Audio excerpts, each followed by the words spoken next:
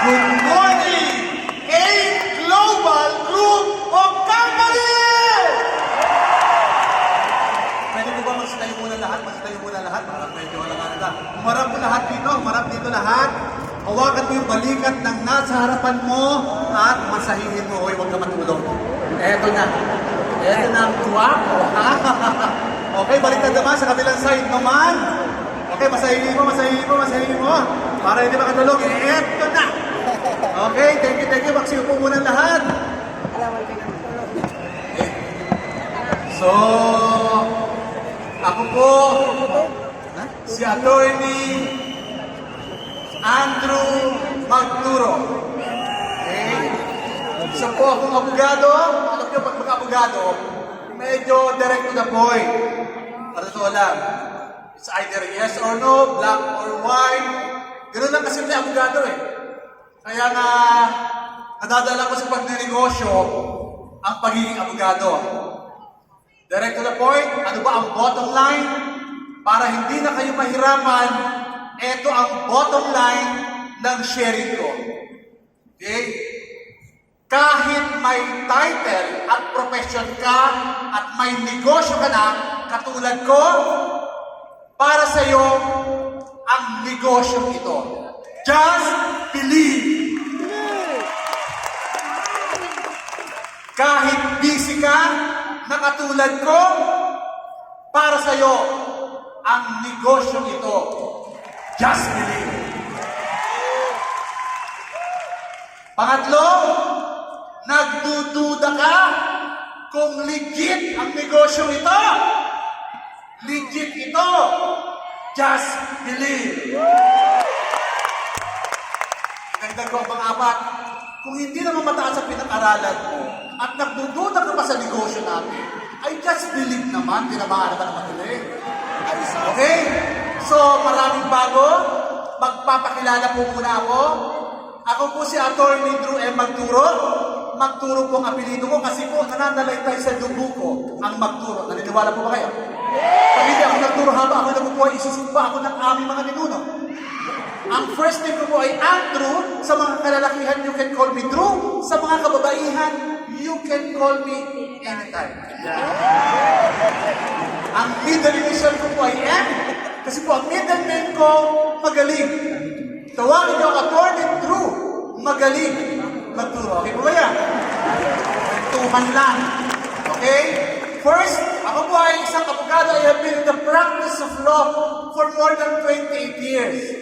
Hindi ako tatlong abogado, 5 taon. Ako po ay matagal ng abogado.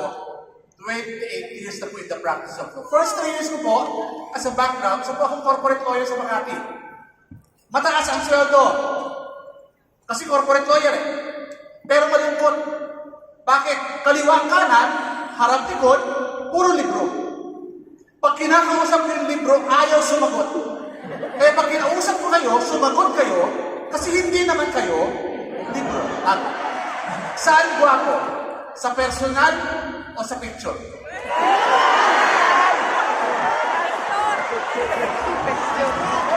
Pag sinabi, corporate lawyer, ito po isa ngayon ng pagiging abogado ng malaki ang kita. Kasi bakit kumpanya ang nagpapasweldo?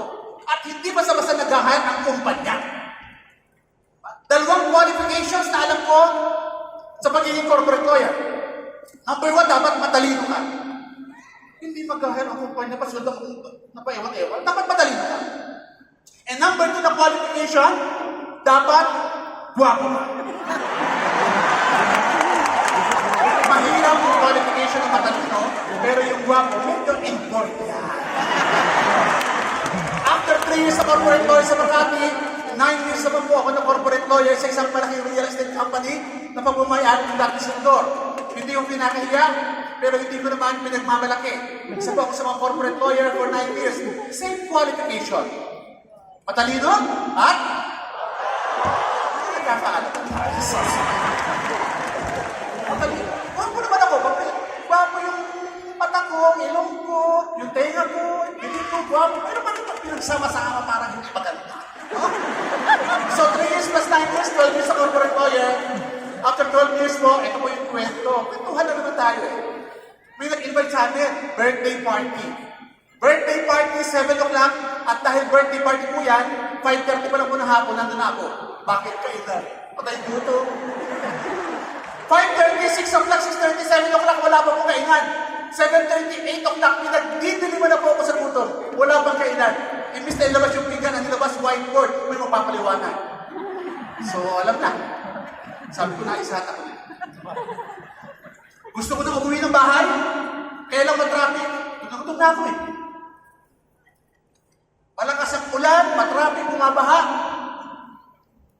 Gusto ko nang umuwi, pero sabi ko magka-traffic, 30 minutes lang. Makinig ka lang. So, nakinig naman ako. At dahil matalino akong tao, naintindihan ko yung pinaliwanag. At dahil naintindihan ko, isa lang ang maliwanag na konklusyon nung gabi yun. Naintindihan ko, tama. Ang sabi ko, ayaw ko yan. Bakit? Naintindihan ko. Maraming tao ayaw sa ganitong klase ng negosyo, pero pag tinanong mo naman, hindi naman naintindihan. Ano kaya yung inaayawan? Hindi yung bukod din. So ayaw ko kasi, number 1, mahilig ako sa ebidensya. Number 2, matigas ang ulo ko. So ayaw ko, kasama ko yung asawa ko. Gusto ng asawa ko, ayaw ko. Yun ang pinakamahirap na nangyari. Gusto ko uminom.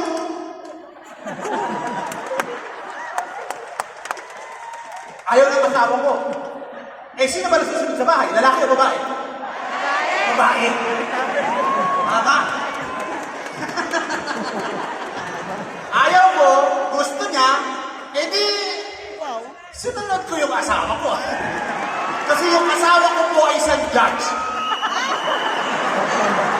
Susundin hindi. May warrant of arrest ka. Pwede ba tawagin ko ba yung muna aking magandang asawa? Hindi lang po basta-basta judge yan. Okay? Actually, siya po ang naghatid sa akin sa ganitong klaseng negosyo. Yung asawa ko po for your information, ha? Para makita niyo kung sino nakatayo. Diba? Yung asawa ko po ay inimbita last month ng US government just to attend the seminar ng Association of American Judges sa US. Okay lang po ba yan? Big time hindi. Tapos big time yung asawa. So ayaw ko yan. Gusto ng asawa ko. Bahala ka sa buhay mo. Bahala ka. Gawin mo yan. So umuwi yan ng madaling araw. Nagtitraining from Laguna, pumunta. Alas na sa madaling araw. Kasama yung mga taga-probinsya. So nagsisikaw pa, nagpapalakpakan. Sabi ko talagang mga adik itong mga ito ah. Hindi ako naniwala. Ayaw ko talaga. Kaya lang tumating yung mga pagkakataon. Pati nanay at tatay, kung nakikipalakpak na rin. Medyo sabi ko alanganin na ito ah. May style siyang ginawa, parang kwentuhan lang naman tayo. Inimbita ko ng asawa ko, sa Ortigas, bumili tayo ng products. Pag maneho mo ako, masunurin ng asawa, tama? Pinagmaneho mo siya. Sabi sa akin, o tapos na nagmamaneho na ako. Nagmamaneho na ako. Sabi sa akin, umakyat ka, pera ng credit card mo. O di binigay ko ang credit card ko, hindi umakyat ka at pamipinipirmahan. Pag akyat ko doon, sabi sa akin, mahaba ang pila. If I were you, makinig ka muna ng seminar. Pag tinipon ka niya, maraming tao. Tapos may pinuno ng sindikato at kulto. Speaker. Style pala niya yun. Dumarating ang mga lingguan na papaupo ko sa bandang dito sa harapan at kung napanood ako na sa harapan, naintindihan ko na maganda pala. Sumobra naman, naintindihan ko. Dati nakaupo na ako. Ngayon, nakatayo na ako dito para mag-kwento. Isa sa mga lessons na natutunan ko, you cannot escape your destiny. Pag may nakatakta pala sa isyo doon, wala kang magagawa.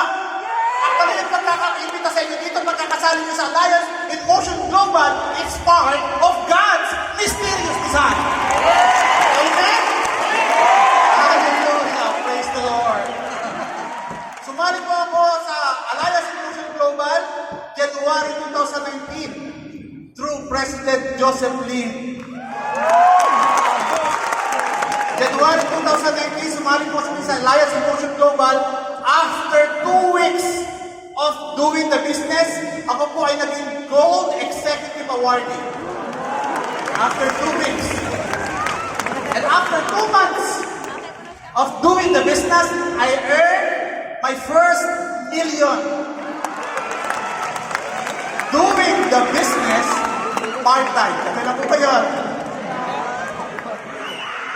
And also, noong 2019, ako po ang 2019 Rookie of the Year. Okay lang po ba yun? Attorney, bakit ka mabilis?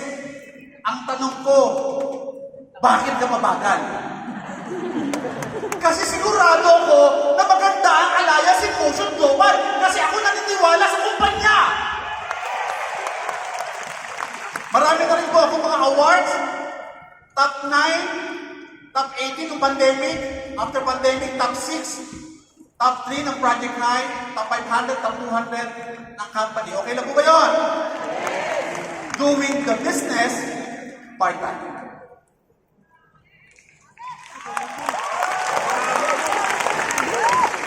After 6 months of doing the business, binili ko po yung asawa ko ng Ford Raptor. Okay? March 21, during pandemic, bumili po ako ng portion ng lupa, 3,000 square meters sa island. During pandemic, ang gagawin ko po dyan, plano ko po dyan, hub na resort. Okay? 360 degrees sunset at saka sunrise. Ganun po kaganda. Papatayo ko po yung kalahati ng Bali, Indonesia, ang kalahati ay Santorini, Greece. Okay po ba? Papatayo ko ng hub. Para pag walang production, itulak ko na lang. Diyan na ganun.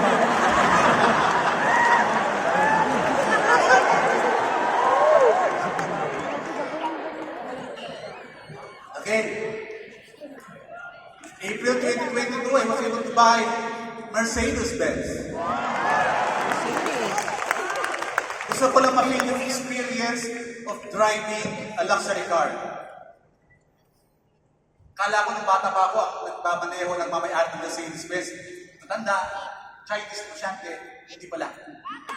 Sa Alliance in Motion Global, pwede pala ang bata at guwapong tulad ko. Pag inaantok mo kayo dyan, may lumalabas ang cup of coffee. Totoo. Nagsasensya na pala ko dito. Grabe, no? Actually, hindi ko naman pangarap ang Mercedes-Benz. Kaya lang makikita mo talaga sa Alliance in Motion Global, pati hindi mo na pangarap, pwedeng matupad. Okay? January 2023, last year, nakabili po ako ng 300 square meters of prime subdivision sa Mission Hills sa Antipolo. Okay? Ito na po. Pakape-kape, pa-travel-travel. Okay lang po ba? Nagkakape ang inyong likod? Nagkakape po ako sa Starbucks. Okay lang po ba? Yung Starbucks po ay nasa Hollywood, California. Saan pa po ako nagkakape-kape? Sa Japan. Okay lang po ba? Saan pa po ako nagkakape-kape? Sa South Korea. Talo pa po ng mug ko. Maraming naaabot. Saan pa po ako nagkakape-kape? Sa Spain? Saan pa po ako nagkakape-kape? Sa France? Saan pa po ako nagkakape-kape? Sa Italy? Saan pa po ako nagkakape-kape? Sa Mediterranean Sea? Diba? Naalala ko yung barko po niyan kasi cruise po yan sa Europe. Okay? Cruise po yan sa Europe kasi laki po ng Megamall. Nagbabalik sa alaala ko yung picture ko. Sabi sa akin, mag-drawing ka ng barko at eroplano. O drawing ko, mas malaki yung eroplano kaysa sa barko. Sabi ng teacher ko, wrong! Never na magiging malaki ang barko sa eroplano. Ay nung nakita ko yung cruise namin, mas malaki pa sa eroplano. Kaya hinahanap ko talaga yung teacher ko. Mali-mali ang tinuturo talaga. Diba? Saan pa ako nagkakape-kape? Sa Rome, Italy. Mamma mia. Saan pa ako nagkakape-kape? Sa Athens, Greece. Saan pa ako nagkakape-kape? Sa Santorini, Greece. Saan pa ako nagkakape-kape? Sa London. Okay lang po ba? Alam niyo po, isa sa mga natutunan ko lessons, ang bawat trip is an educational trip. Ma-expose kayo sa first world. Doon kayo magkape, doon kayo mag-travel. Kasi pag nakikita mo yung mga mayayaman sa Europe, iba ang vibrations. Kung hindi nyo maka-afford na magkape sa abroad, magkape kayo sa mamahaling hotel, mura lang. Magkano ba yung 300 na kape versus yung coffee dyan? Iba ang vibrations, maobserbahan mo ng mayayaman, paano silang mag-dress, paano sila gumalaw, paano yung tonality of voice nila, paano yung diction nila. Marami kayong matututunan pag nagkape kayo sa mamahaling lugar o sa hotel. Saan pa kayo nagkakape-kape? Sa Scotland. Okay lang yan. Saan pa ako nagkakape-kape? Sa Las Vegas. Few weeks ago, nasa US po kami. Okay, Las Vegas. Saan pa ako nagkakape-kape? Sa Arizona. Okay lang po ba? Saan pa ako nagkakape-kape? Sa Hollywood. Yun, magaganda po yung picture, pero alam niyo po ba, yung behind the scene, the beautiful picture sa US. Few days ago, bago po ako mag-travel, na-disgrasya po ako sa bahay. So, mag-claim na ako sa OBI. So, ayos na tayo dyan. Kasama pa sa testimony, ha? Few days ako, natapinan ako. So, isipin nyo, sinama ko ng asawa ko for me to assist her. Ako ang in-assist niya hanggang airport lahat. So, basically, hindi ko na-enjoy. Ganun pala ang aksidente, no? Hindi pala pinipili kung anong pinag-aralan mo. Hindi pala pinipili kung mayaman ka. At hindi pinipili ang aksidente sa labas ng bahay. Pwede ka palang ma-aksidente kahit sa loob ng bahay. Salamat in advance sa OBI.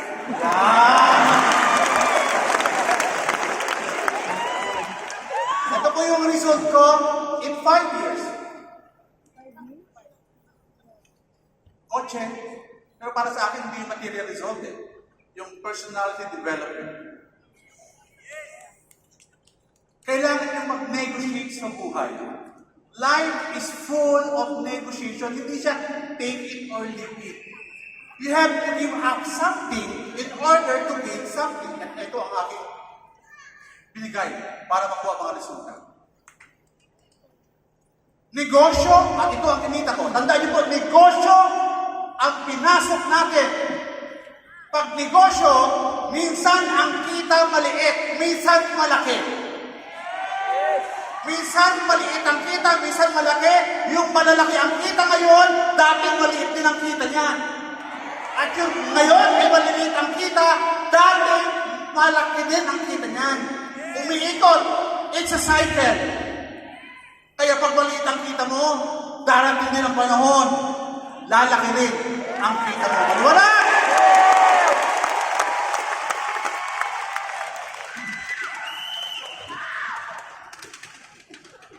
What if, after 5 years, magtatagumpay ka?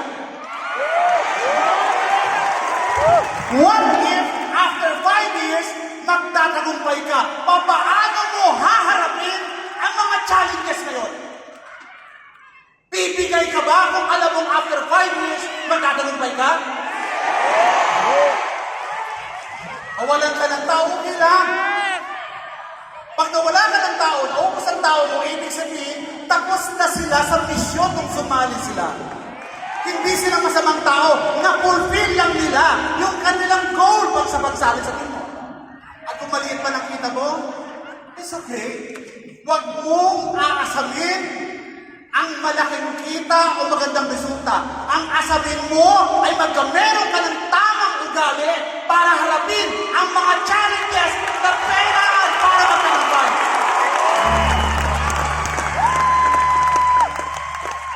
Ganun din. Magtatagumpay ka din. Ang mga nagtagumpay na tao, wala naman silang special skills. Wala naman silang special talent. Ang mga nagtagumpay na tao ay ordinaryong tao, pero ang malaking pagkakaiba, naniwala lang sila. Bakit hindi pumuputok ang grupo mo? Kasi baka hindi ka 100% naniniwala sa kumpanya. Bakit ka nagdududa, urong sulok? Baka hindi 100% ang iyong paniniwala sa kumpanya. Nagdududa ka ba kung legit? At dito na yung likod, legit ito. Yan, pero hindi mawawala na dapat maniwala. Ang resulta, do not compare your result to others. Madidistract ka lang. Pag nag-compare ka sa result ng ibang tao, ang gawin mo, isunsum mo yung sarili mo. Hataw ka ng hataw.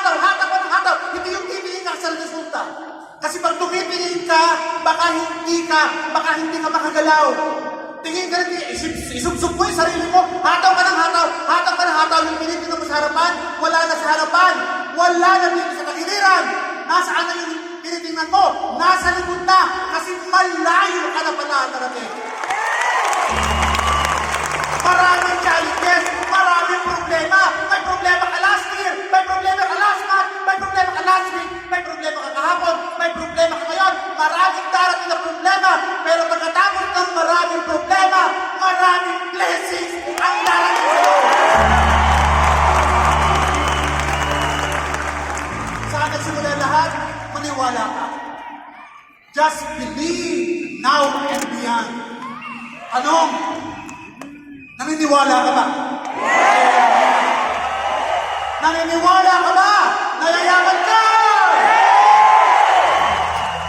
Kung naniniwala ka, nayayaman ka, power of the words, bibigyan ko kayo ng 10 segundo. Sasabihin mo sa 10 tao na nandito, nayayaman ka. Okay lang ba yan? Hindi mo tatapigin. Tititigan mo, mata sa mata, at sasabihin mong yayaman ako. Maliwanag! 10 segundo! 10 tao na yayaman ka. Alauna, alas 2, alas 3. Go!